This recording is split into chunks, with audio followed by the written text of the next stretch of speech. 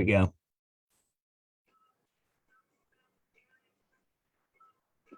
Wow, this always is fun. There we go.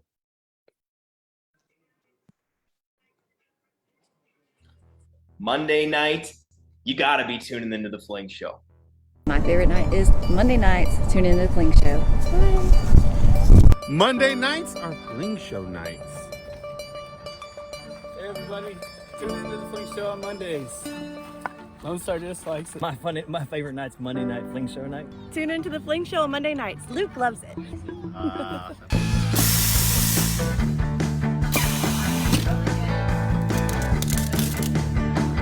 The Fling Show.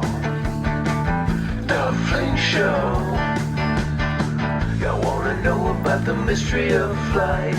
You wanna hear about the scene done right. So kill your TV and just come outside. We're gonna take you on a beautiful ride. The Fling Show. The Fling Show. The Fling Show. The Fling Show. The Fling Show. Well, good evening, folks. Welcome to the Fling Show, because you know what time it is. It's Fling Show time tonight. And wow, what an incredible weekend we had this weekend. A little bit of wet, but I can tell you what, we had a lot of turkeys out there trotting around out in the mush out there in Magnolia's first disc golf course during the Texas Turkey Trot that we put on from the Northside Chain Gang, sponsored by, yes, Lone Star Disc, our sponsor of the show as well. What an incredible day that we had out there. First off, I want to thank all my team, especially starting with my wife. She kept me sane. Thank goodness, from running around killing myself or just hurting myself by falling down somehow. But thank you so much to my wife. Next, I want to thank my team from Northside Chain Gang, AP, for stringing that course for both days. Jason Maith for coming out there and also finishing up on Friday. That was a lot of stringing. We had to take a course that was wide open and make it PDGA ready, and it had some teeth in it, which is the replies back that we got, but it was quite fun. I think the scores also indicated it did pull some teeth, not just because of the weather. But I also want to thank Nathan Palmer for coming out and helping out as well. Scott Davis. I could not have done this without you. 11 months in planning this event. He was our go-between between not only the church, but the last minute, most priceless thing that we had because of the weather. He was able to get us on at Ron's Diner, which just happened to be located literally about 50 feet from hole 4. It also had a covered patio for us to use during the inclement weather with power. And then they took care of us during the mid round with a warm lunch and a warm place to sit where we didn't have to travel very far. It could not have worked out better. So thank you, Scott Davis, for your tireless effort in that. And for those of you who don't know, Scott also had a big hand in creating that course in Magnolia as well. So thank you, Scott. Also, Megan, thank you so much. Nate Clark, for coming out in such terrible weather and doing what most people would never do, which is spot. There are 2 holes on that course which are a nightmare and disc can be lost extremely easily. And those 2 came out and spotted on a day where the weather was just, let's just say, unpleasant. Along with Nate Clark from Northside Chain Gang, he spotted as well. So anyone who knows anything about spotters, they're priceless and they help with the pace of play tremendously. And to do it in that kind of weather was just, my hat's off to you. Thank y'all so much for all your help there. And finally, I want to thank my still banging team. You guys are amazing. Matt Stillwagon, you kept me married. Without you, it might have ended. You kept me sane and you kept the event running professionally as you always do. Everything was on time. We were actually done, paid out. Everyone had their goods to go by 2:30 inside their hands, and that's 2 rounds in one day. So Matt, thank you so much. And again, Connell, Stillwagon, Nate Clark for holding down the Still Banging shop and taking care of all of our guests and making sure they had great service and information about the products in which we carry. It could not have happened without you guys. And I want to thank you so much. But hey, let's get to some of the winners, because I guess really that is the important thing. So I did also mention Mr. Davis. He just happened to win also the MA40 division. Congratulations to you, Mr. Davis. Well done. And then we had James Miscovis. Hope I say that right. People know me. I have a hard time pronouncing my own name, but congratulations to you, James, for taking the MA3 division. And then we had our own Connell Stillwagon. Yes, as you can say here, Connell still won because of that temperature, because of that weather, because of all the work he put in. Connell took home the MA1 trophy. Well done, sir. Very, very well done. Then we also had the local, the man who knows the course pretty much better than anybody else, has the course record out there right now. He took home and beat our own Mr. Stillwagon. He took home the MP40 championship. And I tell you what, as we always say about the Bente family, they're going to have to build a bigger house. For as many trophies as that family has, I'm not kidding you. I get to be the first one on tour. We've already discussed that with the Bentes already, and especially Miss Bente, because she, I think, is to be adding more trophies than all of them. But congratulations to you, Jonathan. And then our own Prez right there, AP Anthony Perkins takes home the Open Trophy, especially after those 2 hard days after leaving work in a rush. Congratulations, AP, on taking home the trophy. And thank you again for all the help that you've given me this weekend. And then my nemesis right here. This was a struggle giving this young man his trophy.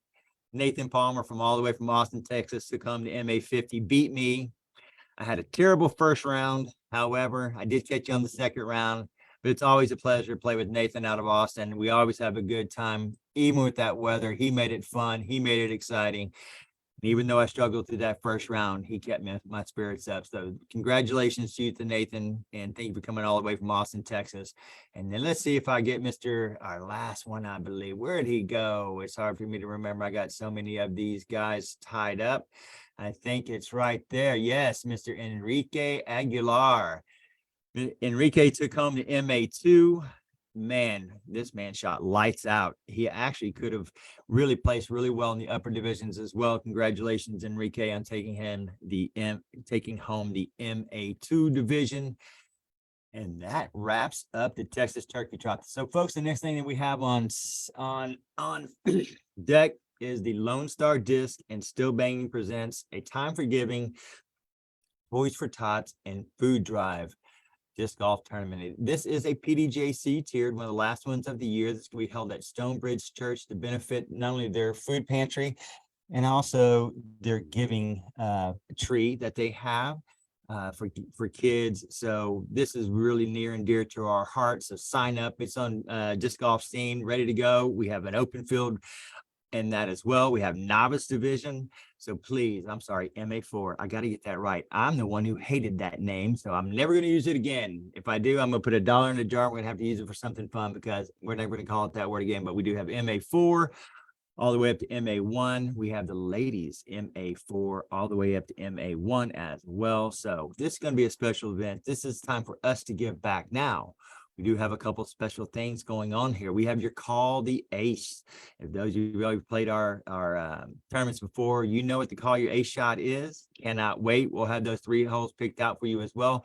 And hopefully we might just twist Lone Star Disc into maybe doing a little twist of that as well. So look forward to that. But I digress from the real reason why we're here, folks. I have waited a couple weeks since I got to meet this young man. And I've been wanting to have him on the show ever since. I've had to twist Josh's arm, twist Travis's arm, but he's a very busy man. Been in the city for a while. We had a nice conversation at our veterans event at Northside Christian Church, and he has been wonderful enough to agree to come on the show this evening. And I cannot wait to have him on. So without further ado, I'd like to introduce Mr. Nikko Lacastro. Once again, names. I'm so sorry, Nikko. But thank you for coming on. I really appreciate it. And welcome to the Fling Show and welcome to Houston. It's nice to be here, man. Thanks for the invite. You bet. Now, you have been in town for a while. And since you've been in town for a while, have you been to Houston before and played many tournaments? Oh, I remember playing Jack Brooks Park or something, Texas State's the long, wide open course. I mean, I've been coming to Texas for pretty long time annually, whenever they have their national tour events. Now it's pro tour events. But Yeah, I've got around to playing some of the courses around here, and I feel like it's a good place to be. It's definitely feeling like a disc golf hotspot. Now, what do you think about the courses down here? I did do a little background check with you, and you're, if I'm not mistaken, born and raised in Missouri. Is that correct? Correct. You're right. Well, Mikey Siebert and I did a little traveling. We went up to Peoria this year through Worlds, and we traveled through St. Louis. And before we got right on the edge of St. Louis, we got to play one of the most beautiful courses, and by far one of the most difficult courses I have ever played. And I don't know if you played this one, called Jackson's Barracks. Have you had the opportunity? Jefferson Barracks. Jefferson's Barracks. Yeah. On the old Civil War ground out there, which was, I guess, a Right. training ground, correct? Yeah, that's one of our nicer courses. It's been around for a long time, and I know my uncle David McCormick, I believe he had a hand in designing that course. So I've been playing it since I was a youngster. Well, I tell you what, when we played it, especially playing it blind, and we did play the harder of the two, I was told, my goodness gracious, you talk about some tiny windows. We complained it down here in Texas. That course right there has some tiny windows. Yeah, it's a very unique in the way that it plays, because it's got a lot of up and down elevation with tight, narrow gaps, but just like the way that they designed that course to really like use all the specific areas, like every little spot, there's a little knoll or a little hill. You know, they've done a good job of like putting the baskets at difficult locations around the green, which really makes those the par threes pretty challenging out there. But yeah, that's a course that I know like the back of my hand, and it's always a pleasure to go out there and, you know, play one of my home courses, of course. Wow, I mean, it's amazing because, like I said, Mikey, he's the nicest guy in disc golf over there from Huntsville, Texas. I don't know if you know Mikey Siebert or not, but however, he just happens to know everybody. So he knew a local from there. So he had called him up on our way through, and he met us there to play it. And he kind of warned us about it. And thank goodness we had a local just to give us a few routes, because it was quite challenging to say the least, but entertaining. Well, Definitely. I brought you on the show. We have a few things that are new, and first one that we have is new is our new true and or false segment. So I want to ask you a couple questions. Once again, we on the Fling Show, and everybody who knows about the Fling Show, we're always about fun. We look at the positive things of disc golf. So here's my first question on true or false. True or false? Nikko, you broke a Barry Schultz record. True or false? I want to say true. I mean, I would like to think that I've, you know, played it enough. That's tough to say, though. I mean, it could very well be false, but I guess I'd be pretty stoked to put my name in the same bracket as one of the true legends of our sport. You know, because me and Barry, we've had a lot of rounds together over the years, and I'd say when I first got into disc golf, Barry Schultz was in the peak of his career. He was definitely one of the top guys to beat for a very long time. Just for the new players, a lot of people may not have heard about Barry, you know, if you've only been playing a few years. But if you're a long-term veteran in the sport of disc golf, you definitely, you know that he's part of the winner's circle for sure. We'll pick up a disc. His name will be on it, first and foremost. Second off, the answer to that question while people are researching it is true. The record that you have over Barry Schultz is your seasons wins in one season. The most wins in one season is the record that you have over Barry. Wow. What is that? It just says, I thought the year was 2011. I could be wrong, but I thought the year was 2011. You have the most wins in a season. Or you at least beat his record. At least I got his record. Yeah, I'm not sure about that, because I know a lot of these Texas guys. These guys are down here playing like 50 or 60 tournaments. I met a guy at the park the other day who I think he set like the all-time record for most wins. You're talking about Mr. Fred Needham. Yes, I know Fred very well. Mr. Needham is still the all-time winningest disc golfer. I'm talking about PDGA wins in 1 year. One season you won the most over Barry Schultz, and I'm pretty sure they're talking about more of the major sides of the big tournaments as well. All right, true or false?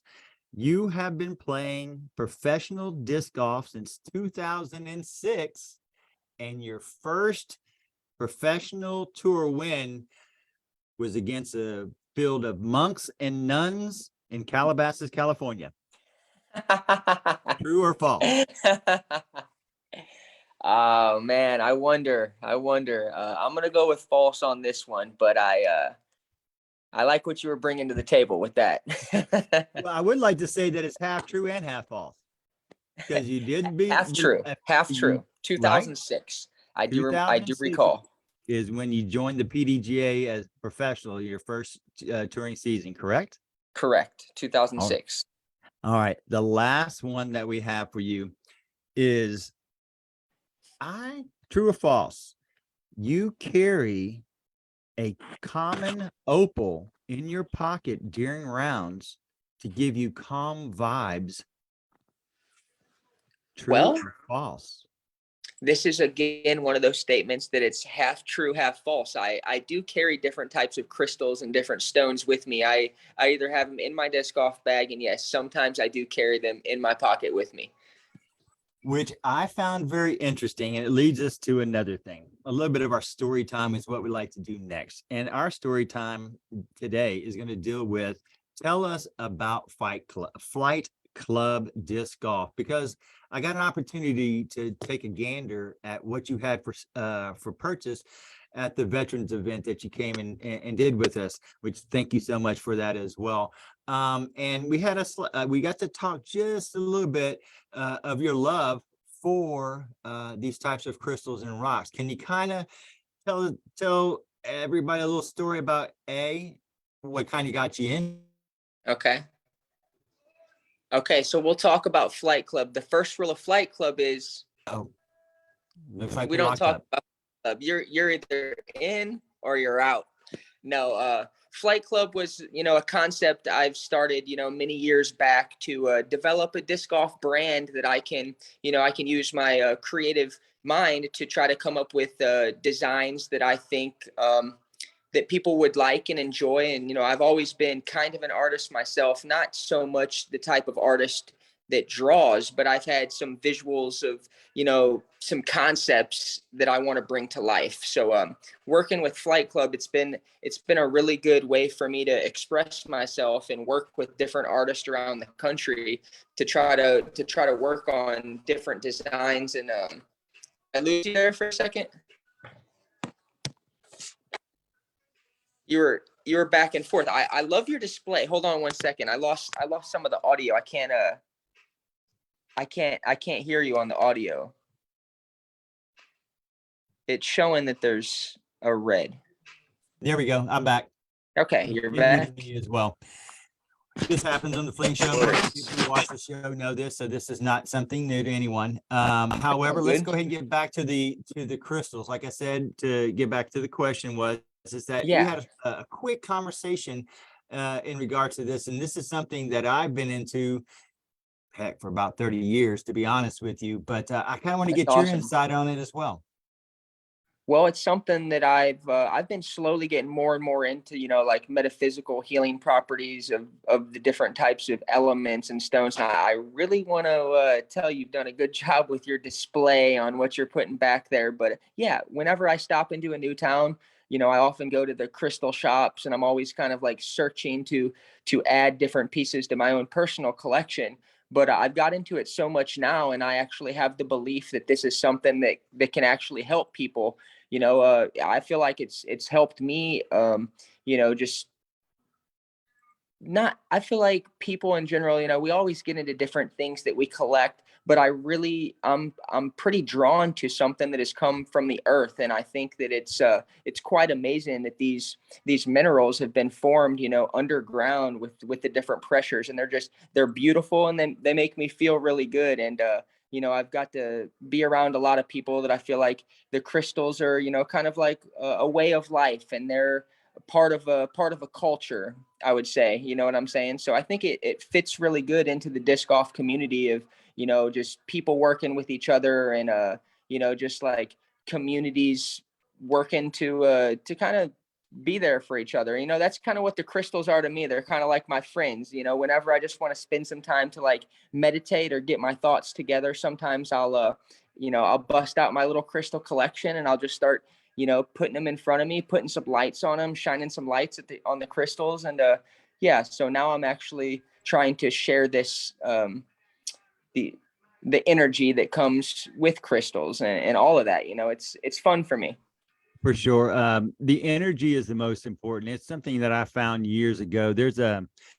In Central Texas, there's a place called Enchanted Rock. It's the third largest rock in the world and the second largest single rock in the United States of America. It's a granite rock that the Native Americans believe to possess spiritual healings and positive feelings and many other different elements that allowed people to really to bond and to, I don't know, sometimes just to heal. And I have found through the years that not only crystals but rocks like that, no worries, I have found over the years that crystals and rocks like these things often have these healing or these they give you like a sense of calmness, a sense of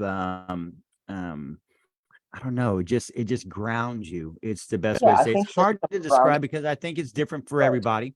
But I think that there are some rocks and crystals that are out there that definitely give off different things depending on what you need from them as well. But I find that oftentimes I will carry one or two in my pocket for energy, for Right. calmness. Totally. And it helps me with anxiety as well.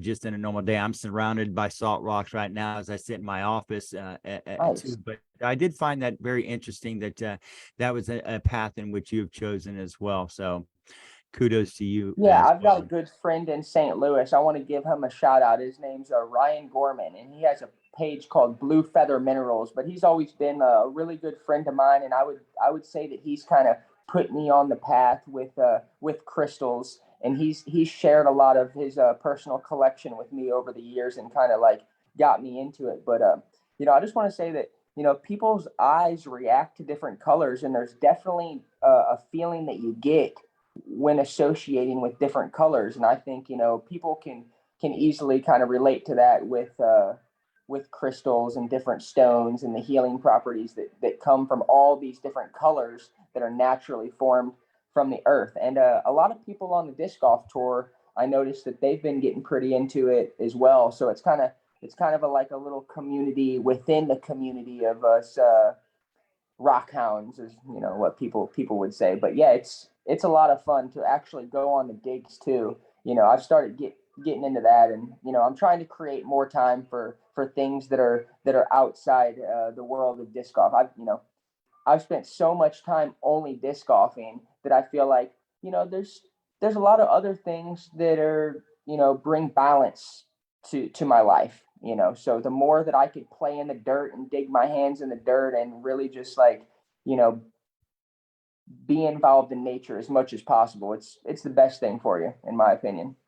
Well, that also leads me to the next story that I'd like for you to tell the folks, and that is I found your artwork, or at least the art that you have chosen on to display your disc and your products to be, I like it. I really enjoyed it. I didn't know if it was more of a historical thing for you, or if it was more, it looks Native Americanish as well.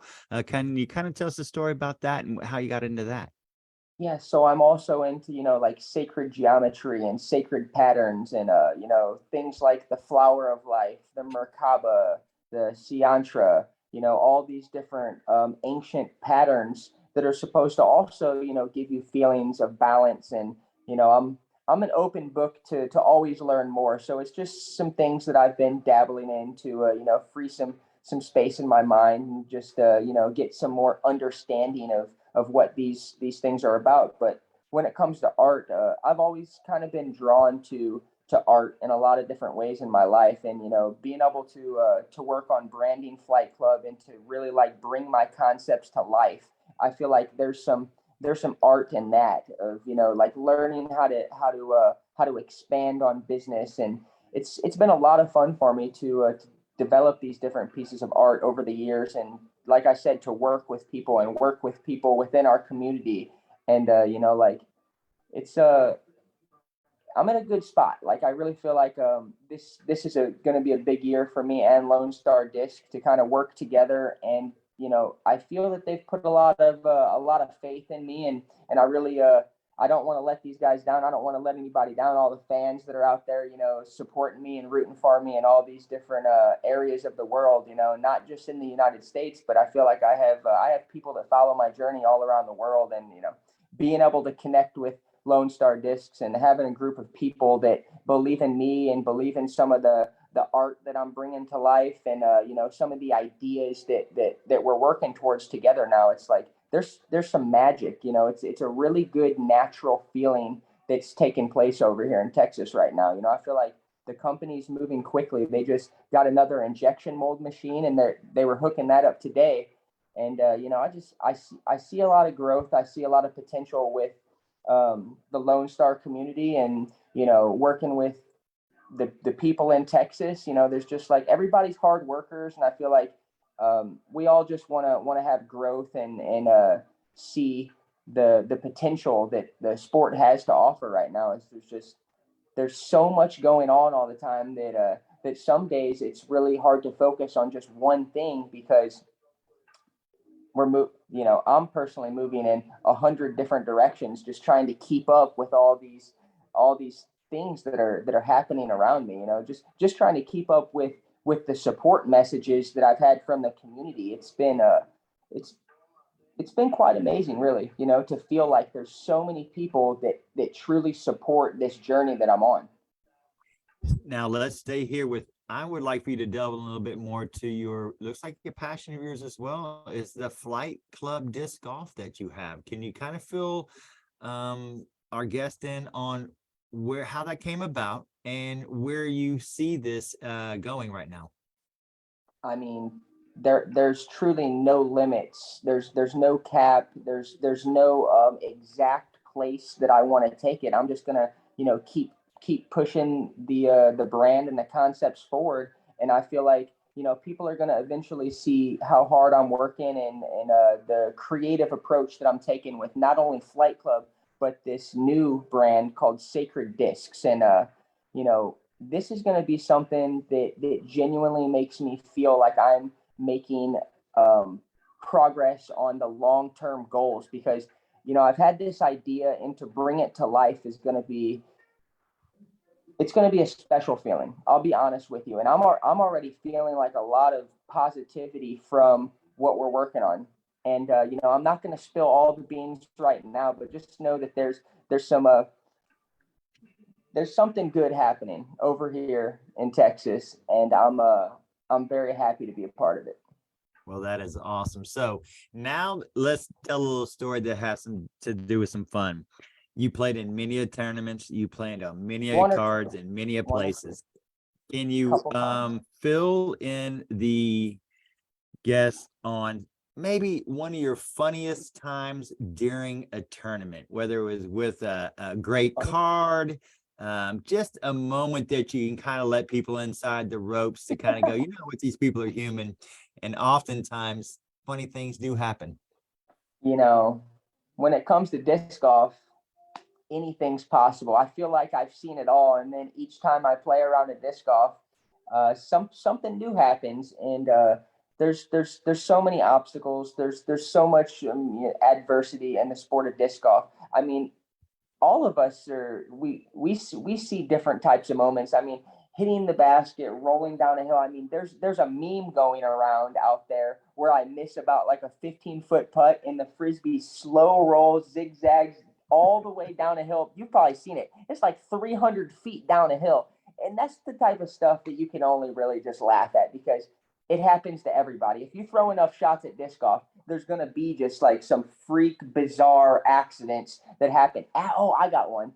So I'm playing a European major. It was in Denmark, and I was on the last hole number 18. I took 3 or 4 run-ups because my disc was stuck directly behind a tree. Here's a tree, and I was like so close to it that I kept lining up my shot and lining up a shot. And eventually I committed to this shot, but I overcommitted because I wanted to stop myself. So my arm went here, but I accidentally threw the disc behind me about 350 feet. I mean, directly behind me. Like the basket's this way, I threw my frisbee that way on the last hole 18 of a major. And that's one time where I couldn't help myself but to just laugh. I mean, everybody was looking at me, and it almost looked like I meant to do it on purpose, but it was bizarre. It was like the freakiest thing that has ever happened to me on the disc golf course. I wish there was footage of it out there. I remember that I was playing with Nate Doss. There might have been a Devin Owens and Paul Macbeth potentially on the card too. You know, that's some memories I have. It was so long ago, but I'll never forget the time that I threw all the way backwards. So all these people out here, you think that you got it bad until you throw it all the way, or 100% backwards. So Yeah, that's funny because disc golf story. I threw 190 degrees. I threw 190 degrees, and with John Bowen and friends of mine as well. I think you met John this weekend, and literally 90 degrees from away from the way it was supposed to go and the way I was aiming. Luckily, though, I did par that hole, which was even amazing because it was in the woods. But I understand that. So I want to finish this on the story time. Who is the funniest disc golfer that nobody thinks is funny when you're out there? Who would you say would be the funniest disc golfer that you play with that everyone knows, but you're like, you know what? He is really funny. Man, there's a lot of characters in this disc golf world. For me, like the hands down funniest person out there is Greg Barsby. But somebody that you might not know is quite hilarious. I'm trying to think.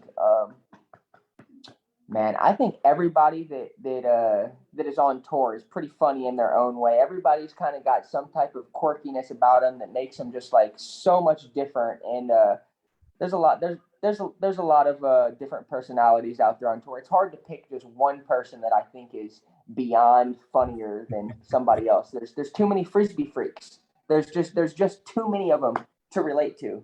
But that's funny you pick Barsby because one of my first interviews where I'm old, so I don't really care. Other people have some kind of about people, and I just don't. That's just me. But Barsby had won a tournament up at Soho, a course outside Nacogdoches that was run, and he'd happened to win it. And so I just walked up to him and started to ask him questions, and everybody's like, "Ho, ho, ho!" He didn't like all that stuff. But I tell you what, he was one of the nicest guys. He did the interview, and it was great, and it's still online. So I agree. Greg he's a really nice guy. Now we like to kind of wrap this up. We do have all kinds of viewers on this show, and people who know me in the Fling Show. I love the MA4, 3, 2. I just love those divisions because they get the least amount of publicity. But what I do like to do is I like to help them out as much as possible. And especially when we can get someone on the show who has such knowledge of disc golf like you do. And I was lucky enough to hear Travis's story about you taking down my 3 friends, beating them 3-1 this past weekend. I did have to bring that up. Sorry, Travis, but you did lose with all 3 of you against one person. I believe that was at Little League, which is not an easy course, especially since you played it blind. But can you give our viewers, especially the beginners, a few tips on things that you believe that can make them successful in their first kind of tournaments? We're talking about players that are just, not a person who just picked up a disc about to throw it for the first time, but someone who's in their first trying to get into a tournament. Can you kind of give them a few tips on things that you work on? I mean, you really have to breathe and just try to feel as comfortable and confident as you possibly can. And, try not to overthink anything. At the end of the day, it's really just a walk in the park. So you don't need to put all this extra pressure on yourself to to play so perfect. You really just have to go out there and feel comfortable, because with the way I see it and my history in the sport, the days where I feel the most comfortable, I'm always able to perform better. So beyond just practicing vigorously, start working on the mental approach of developing a routine that makes you feel comfortable and confident. So when you step up there, you know what you're going to do, and you just have to keep visualizing what you want to happen, but also best case scenario. So don't step up to a hole and think about the worst things that are going to happen, because it's amazing how your mind reacts to what you're telling it. So the people that do the best in the entire world, not just disc golf related, but they usually have the most clear vision of what they want to do in their life. So be committed. Don't just throw towards a tree. Start aiming 2.5 feet behind the tree and visually think about your disc hitting the ground and then skipping to the basket. So just create a strong visual in your mind of exactly what you want to happen so you can produce this result, so you can manifest them. I brought this up before in some of my interviews in the past, but I truly believe that disc golf allows you to use visionary and psychic energy to produce the pattern of flight. And it's not something that everybody talks about, but I don't see any other way. And the way that the holes are shaped in disc golf, it allows us as disc golfers to be more creative than I would say all other sports can combine, because of the different types of environment that we play on, the different types of land. So it's be creative, you know what I'm saying? And don't be scared to learn something new right on the spot too. You know what I'm saying? If you're having a rough day and it's not working out for you, sometimes you have to really just like try something and just go for it. So just believe in yourself. Don't be iffy. Don't second guess yourself. Be direct and believe in yourself. Yeah, we often on the show discuss with most of the pro players and most of the successful players, it's how you control those voices in your head. I always tell people it's not the first voice or the second voice that I have to worry about. It's usually that third and fourth one, because I'm going through so many things, right? And so I've learned. I really like what you just said. Is stay positive, and you have to visualize that shot. It is so, because I've often found that the majority of time that I'm unsuccessful, I've already placed that in my mind. I've already said, oh, I missed this the last time. Or, oh, I had a bad shot. Oh, I don't want to do that this time, or, oh, look at this weather. Look at this wind. It's blowing in my face. Every time I throw it this way, it doesn't do well. And it brings that continued negativity. And that's why a little reason why I take those crystals in my pocket most of the time is just to try to get that anxiety. It's a built up false anxiety that you have to deal with. That's the comfort thing, to make sure that you're doing things outside of disc golf to make yourself feel very comfortable in your own skin. For me, that means drinking water over an energy drink, or focusing on eating healthy and something that's just going to make my body feel good. Because if my body and my mind feel good, I'm going to physically perform better probably 100% of the time. And it's little pieces of confidence. So whatever you can do that's outside of only practicing to build confidence within yourself. And to me, that means focusing on your health, your nutrition, your diet, your meditation, so you can feel 100% comfortable in your own skin. But I go off on tangents a little bit, but I really want to talk about that mental approach to the last thing on your mind should always be a direction. So you're directing your thoughts. I'm going to hit it in the middle of the basket. I'm going to aim right side of that tree. I'm going to go perfectly around that last tree in the fairway. So you have to direct your thought to exactly what you want to happen. And I do this when I'm putting. And when I'm putting good, I'm telling myself, get in. You've probably heard, make it. Come on, give it a chance, to make sure that it's a mental game. So much of this sport is how sharp you can create that vision in your mind. So just be direct and stop second guessing yourself. Be direct.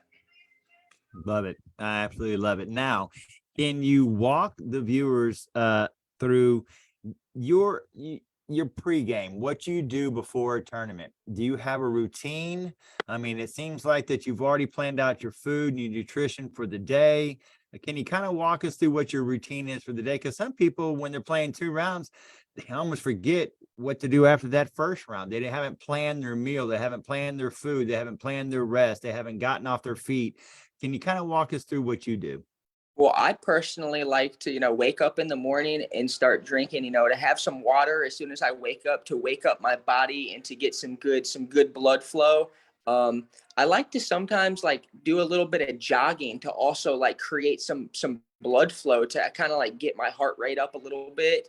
And I prefer to play at least one round, but during that one round, I'm often throwing 5 shots on every hole so I can truly learn the course. I want to know every single route that's by the basket. I want to know what variables are on that course, and that's also something that I'm going to think about whenever I go to that tournament. Is I'm going to try to have a predetermined game plan. So when I walk up to the hole, I know what disc I'm going to throw. I don't want to doubt myself. So I'm trying to build as much confidence on each particular day. And it really helps me to play some rounds of disc golf by myself. I like to practice in a field and throw shots as hard as I can before the round of disc golf. I would at least prefer to throw at least like 5 or 10 shots full power to know what that release feels like. So if I'm throwing confident shots and I'm able to do that with all of my energy, it's just a lot about this sport is developing a routine. So, put some time in and practice. Don't just expect that you're going to watch YouTube videos and learn the perfect form. I mean, you have to learn the perfect form, what works best for you. The same way that these guys on the internet throw the Frisbee, that's not always going to produce the best result for you. So you need to go to a field by yourself and learn exactly what your discs do. And one other thing that I want to go over is, if you want to get better, start playing rounds of disc golf with maybe 3 or 5 discs. You don't have to learn 25 or 30 discs. If you learn 5 discs really good and you got confidence in those 5 discs, then you can likely lean on those shots, and you have all the confidence that you need with those 5 discs. So it's cool to try out all these different brands and all these different companies, but get a game plan together and dial in on a smaller set of discs that you can become more comfortable with when you're competing. You don't have to learn 25, just try to learn 5. Amen. Learn 5, but would you also throw in? Scott Stokely said something about that as well. He said, "Yeah, I learned 5 discs, but I learned how to throw those 5 discs all kinds of ways." He said you need to have all the shots. You need to have the thumber. You need to have the roller. You need to have the pan. You need to have the big, S curves. You need to have them all. And do you find that to be true, or do you pretty much, well, I know now from Travis telling me you love to do both flick and backhand. It doesn't really matter to you. So do you find that also a necessity at your level as well? Absolutely. I would say now more than ever that it really helps to have a fully well-rounded game. I would say, 10 years ago, you were still able to win with only throwing a backhand. And I guess, James Conrad proved that you can still win with more of a, I'm trying to think about the right words to say it, but I mean, James Conrad won the world championships throwing minimal sidearms, but he's going down his history as probably, like top 5 best backhand throwers out there potentially. I mean, these courses are pretty set up during the Disc Golf Pro Tour. It seems like they're leaning more towards the long range shots, because we're going through a stage in disc golf where we're starting to open up courses for spectators, and we're starting to really think about how many people are going to be watching these tournaments. So, distance is always a factor, but it's always drive for show, putt for dough. At the end of the day, if you watch the guys that are winning tournaments, it's often the people that have the best putting performances, especially nowadays when it's like the playing field, in my opinion, has really leveled out over the past 2 or 3 years more than ever before. The bracket and the amount of players that can perform at an elite level, the bar's raising every single day.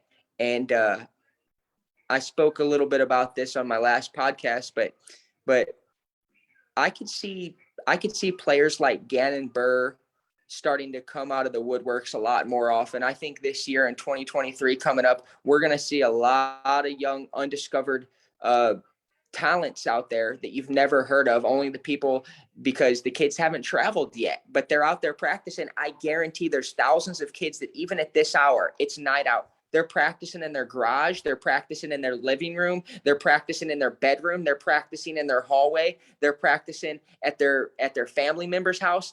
I mean, disc golf is more accessible than ever before with the UDisc app and the thousands of YouTube videos on there. So of course there's more athletes pouring into the sport, and a lot of these athletes, they have more time to practice when you're between the ages of 13 and 18 years old. So, I think I'm really looking forward to watching where the sport goes, and the amount of talent that I'm gonna physically see through my own two eyes with my future in the sport. I'm likely going to be competing against kids, I already am, that are half my age, that I would say a lot of times they have just as much skill. That's hard for me to admit, but I would say there's kids that are half my age that have just as much skill as I do or more, but they might not always have that experience to pull through. But we'll see. Only time will tell. I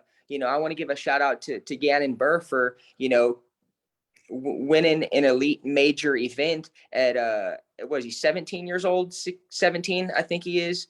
So for him to make history, I think he did a lot for the sport right there. That proved to a lot of people that you don't have to be a 10-year or 20-year player to win at the elite level. You just have to be extremely focused and extremely driven, and that's what I see from a new bracket of not even kids, but I would say young adults are starting to be more focused on their career and their potential career as disc golfers because of what people have been able to do in the sport.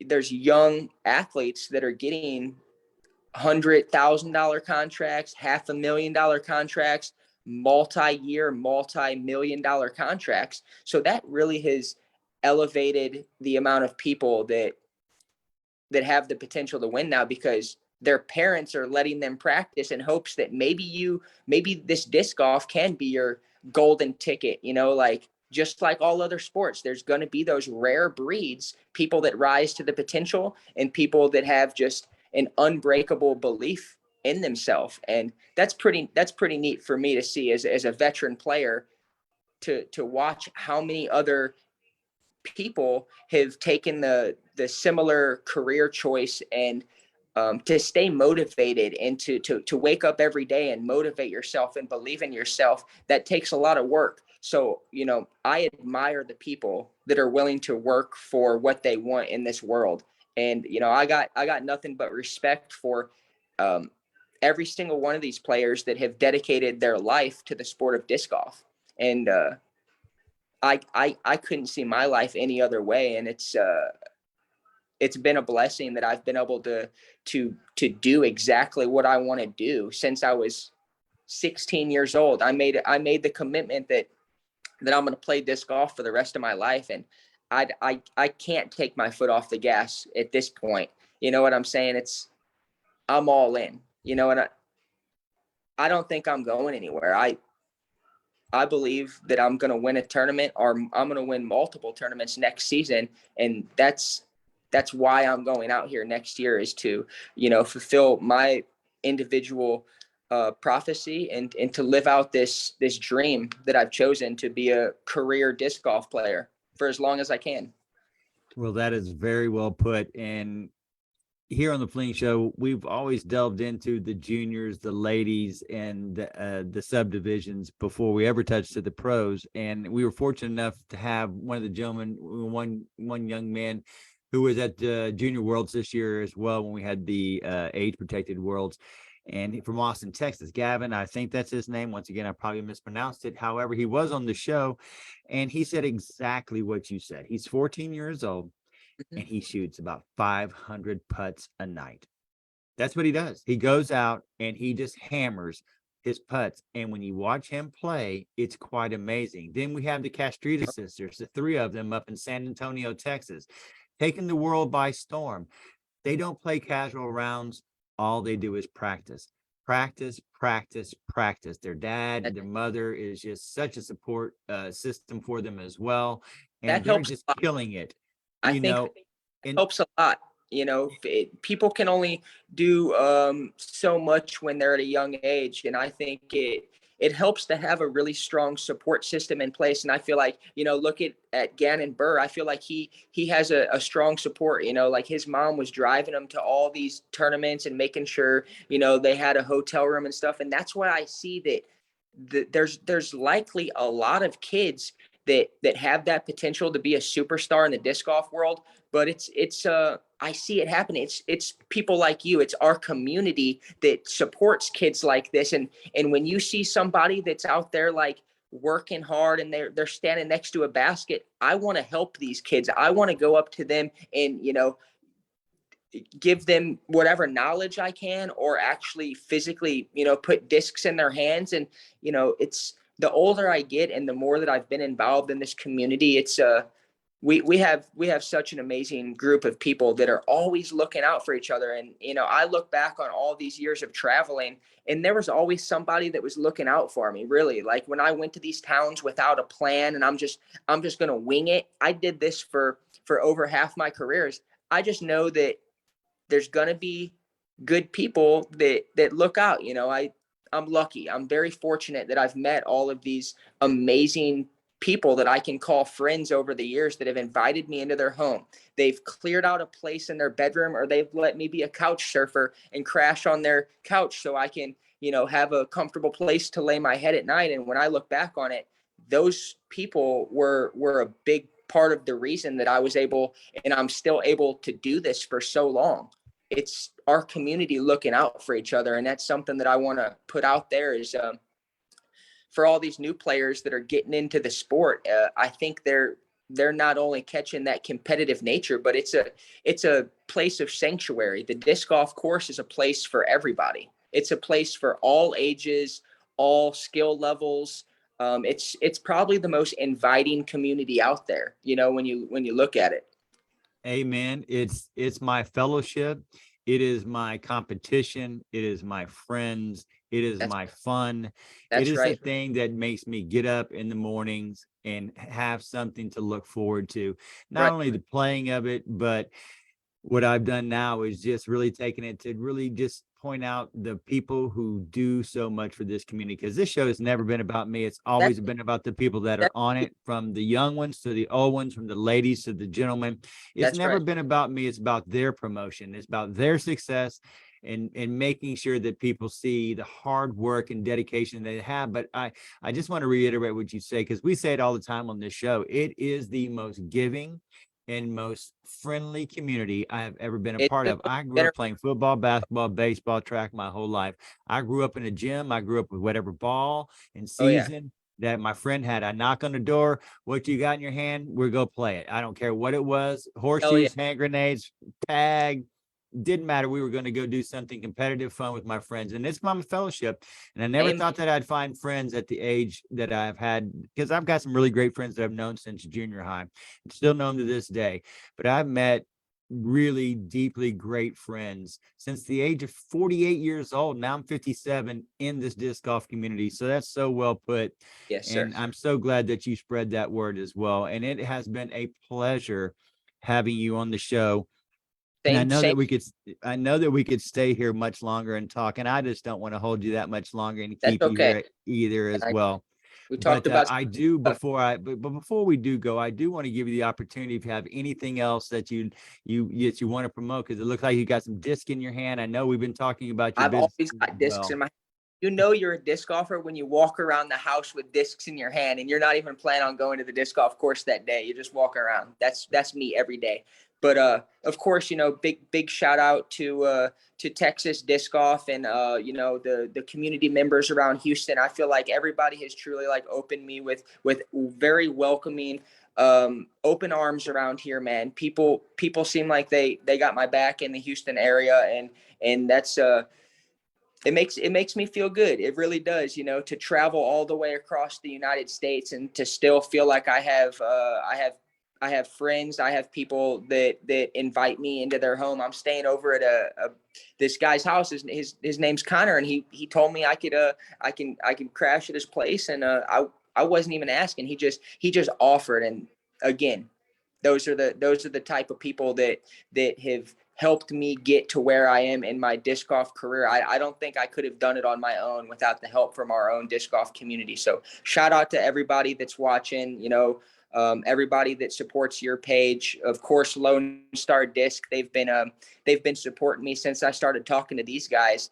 and they're making me feel like I have a good place here. I feel like I'm wanted. I wouldn't say that I'm needed or not, but I do feel like we're moving in a good direction together. Working with everybody at Lone Star has had my back so far. Shout out to St. Louis disc golf community, everybody there.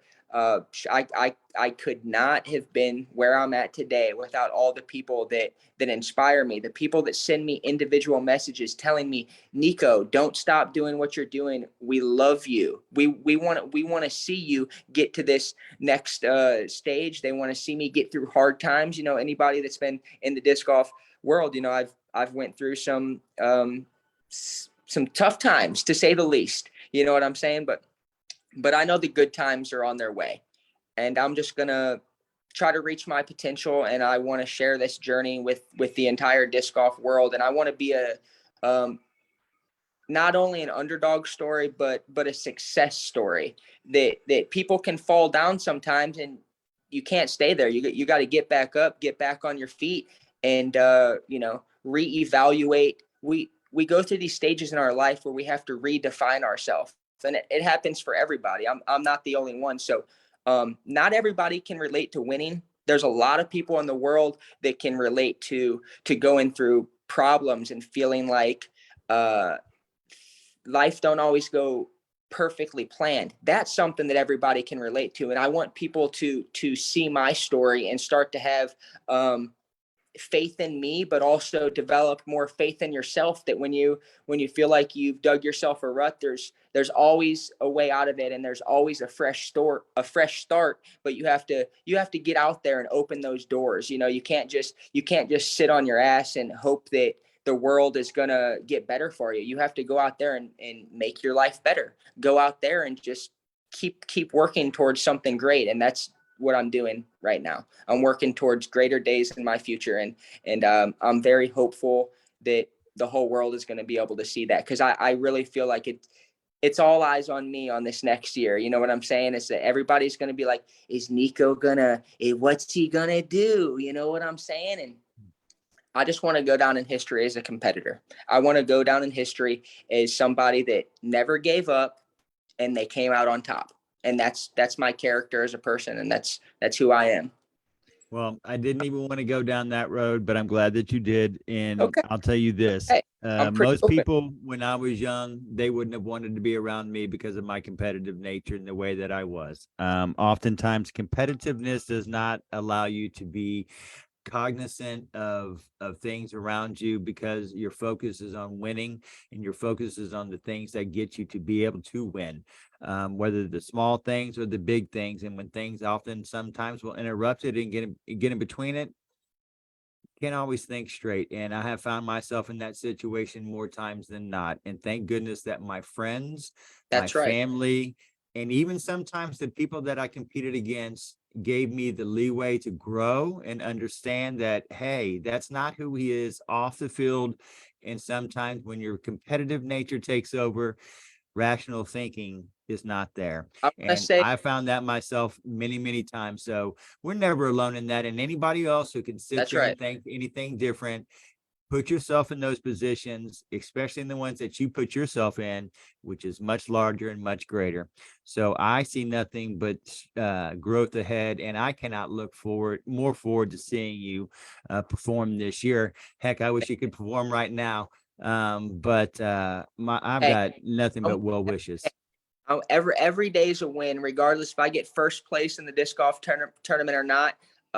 I've been extremely blessed to be able to play disc golf, to be a career disc golfer, and I'm still living out my dreams at 34 years old. I mean, I am on a path right now I feel like it's the most clear path that I've ever been on in my life, and I'm committed, I'm determined, and I really do want to share this this journey and the whole experience with everybody that's willing to tune in and give it a shot to follow my career. And there is a lot of gratitude and appreciation for the people like you that are out there just promoting the sport of disc golf. And that's we're all doing this thing together. It's not just a one-sided thing. There's so many people that are working to promote disc golf. You know, they're working on their own career. They're also promoting their friends, their relatives. You know, it's a really big community of people, man. And I'm grateful that I'm involved in it. Well, I can tell you this. I hope that next year we can have you back on during the year, have you back on the show for sure, and the success and to watch you succeed and to win. And even if you don't, we still want to have you back on the show because your insight into this game is priceless. It is helpful to the young. And I think that you have nothing but good things to add to these young people as well. And I just love the direction in which you're going with them, sir. So thank you for coming on the show. I got a few more shout outs. I can't forget, I got a shout out to my girlfriend, Kat Murch. She's also working really hard in her own disc golf career. And I want to be there to support her and watch how far she's going to go in the sport. And there's been a lot of people. I can't recognize every single person individually, but you know who you are. You've sent me messages and you've supported me the whole time. And I'm, thankful for you guys. And also I'm starting to work with Smack Disc Golf Bags. We're working on a new signature model that we're going to be coming out with in the next month. And then the people at Zone Sporting Goods, go check them out for all your jersey material. And they've been helping me come out with some new jerseys for 2023. And I'm sure there's a bunch more people that are out there supporting me. And just one more time, thank you guys for showing me the love, showing me the support. I'm going to stay committed to this thing for as long as I can. I'm not going anywhere. Well, thank you, Nikko. And like I said, we'll catch up with you this year, I hope. Okay, sir? Yes, sir. Thanks for the time today, buddy. You bet. You have a great night. Peace. All right. Signature Jackrabbits dropping at Lone Star soon enough. See you guys. Peace. Wow. How fortunate we are here on the Fling Show. And I want to thank Nikko for coming on tonight. Thank you, Lone Star Disc, for setting this up as well. And like I said, I cannot wait to see what happens in the future. But we were lucky enough because guess who's back in town? It's that time. Yes, she is back. It's the health tip of the week with Christiani and Pele. My goodness, they had quite the trip. Yes, they did. All the way down to Italy. And she brought us a health tip of the week that you just don't want to miss. So let's say hi, hello. friends. Pele and Christiane are back with the health tip of the week. Hope you guys missed us because we missed them, right, Pele? I did at least. Okay, he's mad with me because I went on a very nice trip to Italy with Joe and I didn't take Pele. He stayed at home with a friend of mine. But if you have a chance to go to Italy, oh my God, I'm in love with that country. The people are super nice. The country is beautiful and the food is to die for. It's amazing. So the health tip of this week will be about the benefits of exploring new places. We can now agree that visiting new places is great fun, right? You get to learn about different cultures, try things you've never tried before, discover new cuisines, maybe even taking a few museums or art galleries. You'll return home richer for the experience. And it doesn't stop there. Whether it's a quick weekend getaway or a round the world trip, you'll be pleased to hear that your adventures will also do wonders for your health too. So here are 8 benefits of exploring new places. It's great for your mental health. You get more exercise. It will encourage health eating. You won't be bored. You can boost your immune system. You will improve your self-esteem. Learning a new language is great for your brain, and travel can help you live longer.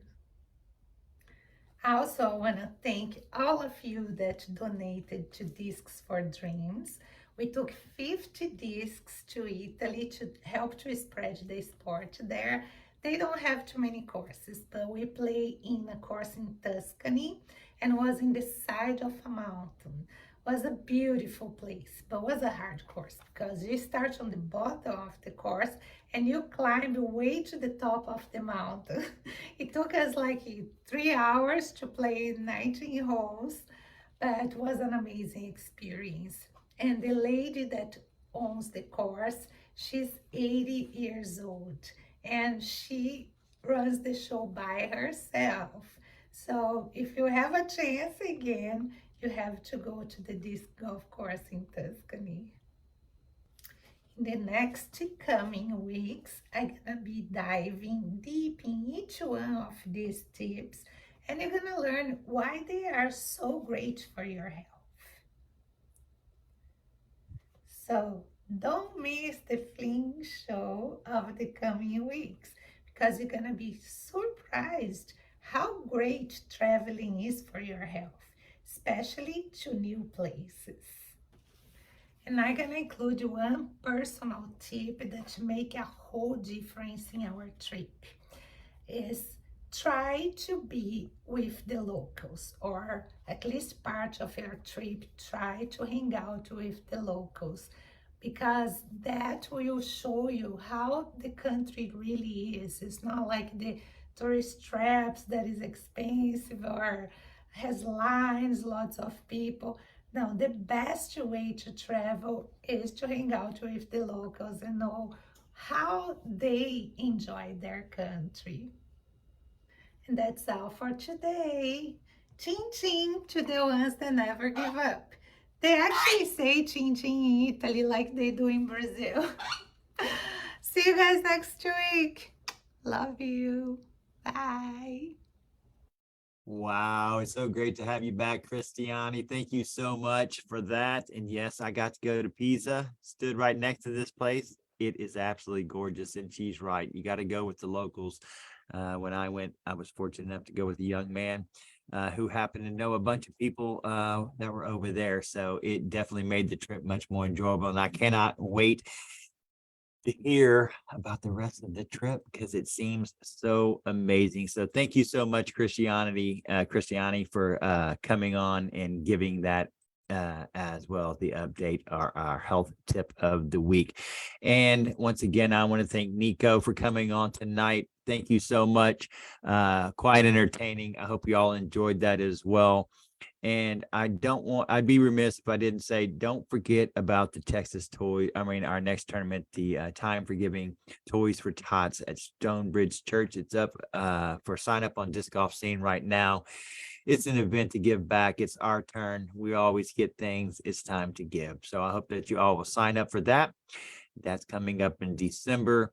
And thank you once again to everyone who helped out this weekend, and I look forward to it. Winter League, it's going to be fun. We'll be hooking y'all up and getting y'all ready for that as well.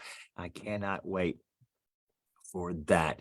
But until next week, folks, as we like to say here on the Fling Show, as you always like to know, go throw something in the air, and if at all costs, you know what you have to do? You got to go play some disc golf. Everybody go play some disc golf. It'll put a big smile on your face. It'll make you happy. Even when you throw a bad shot, at least you know that you'll be outside with friends and people that care about you. So until next time, folks, y'all have a good night. Peace.